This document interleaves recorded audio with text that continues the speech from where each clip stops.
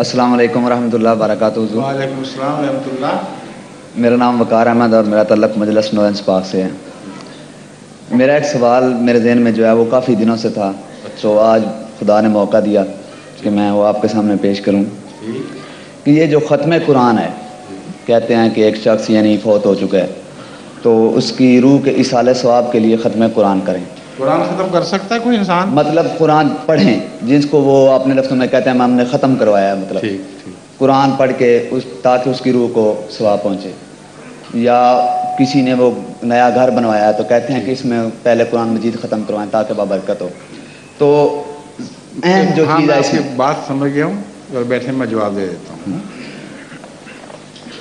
ہمارے لندن میں ایک صاحب ہیں، ان سے ان کے ایک دوست نے کہا کہ تم نمازیں پڑھتے رہتے ہو تو میں نے ختم قرآن کرانا ہے، مجھے مشورہ دو میں کس سے کرواؤں.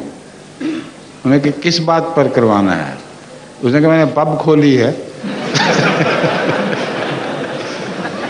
شراب کی دکان، تو اس پہ ختم قرآن کرانا. اس نے کہا جب تم نے شراب کی دکان کھولی تو ختم قرآن کرا بیٹھے، وہی قرآن ختم کر دیا تم نے، اب مزید ختم کروانے کی ضرورت نہیں ہے. تو یہ جو ختم والے لوگ ہیں اکثر ایسے ہی ہیں، ان کو پتہ ہی نہیں قرآن کا مطلب کیا ہے. قرآن تو پڑھ کر عمل کرنے کی کتاب ہے، پڑھ کر پھونکنے کی کتاب نہیں ہے. اس لیے جب وہ ختم کا تصور مانتے ہیں کہ کسی مولوی سے قرآن پڑھا دیا تو واقعتاً وہ قرآن کو ختم کر بیٹھتے ہیں. قرآن ان مقاصد کے لیے نہیں تھا، نہ رسول اللہ صلی اللہ علیہ وسلم کے زمانے میں کبھی بھی ایسے مقصد پر استعمال ہوا. قرآن تو ایک الہی کلام ہے جس میں روح کی غذا ہے. انسان کو معاشرے میں قرآن سے مدد ملتی ہے، معاشرہ سدھارنے کی، اخلاق کی مدد ملتی ہے. جن لوگوں کو نہ عربی آئے نہ ترجمہ آئے وہ کسی مولوی سے قرآن پڑھوا لیں، ان کو کیا فائدہ؟ کچھ بھی فائدہ نہیں.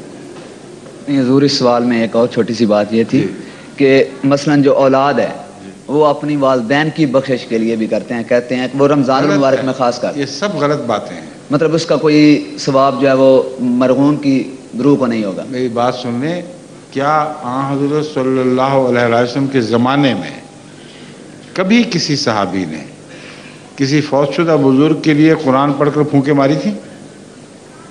نہیں، اسی لیے تو پوچھ رہا ہوں کہ قرآن حدیث سے مجھے بھی واضح ہو، مجھے تو نہیں پتا نا. جو مولوی کہتے ہیں ان سے پوچھ لیں. نہیں، وہ تو کہتے ہیں صحیح ہے. میں یہ نہیں کہہ رہا صحیح ہے غلط. ہاں جی. میں جو سوال کر رہا ہوں اس کو غور سے سن لیں. ہاں جی. ان سے یہ پوچھو کہ کیا رسول اللہ صلی اللہ علیہ وسلم کے زمانے میں صحابہ نے کبھی کسی مرحوم کے نام پر قرآن پڑھ کر اس کو پھونکا تھا؟ حدیث سے حوالہ دو. ایک بھی نہیں بتا سکتے ہو. سمجھے ہو؟ ہاں جی سر، شکریہ.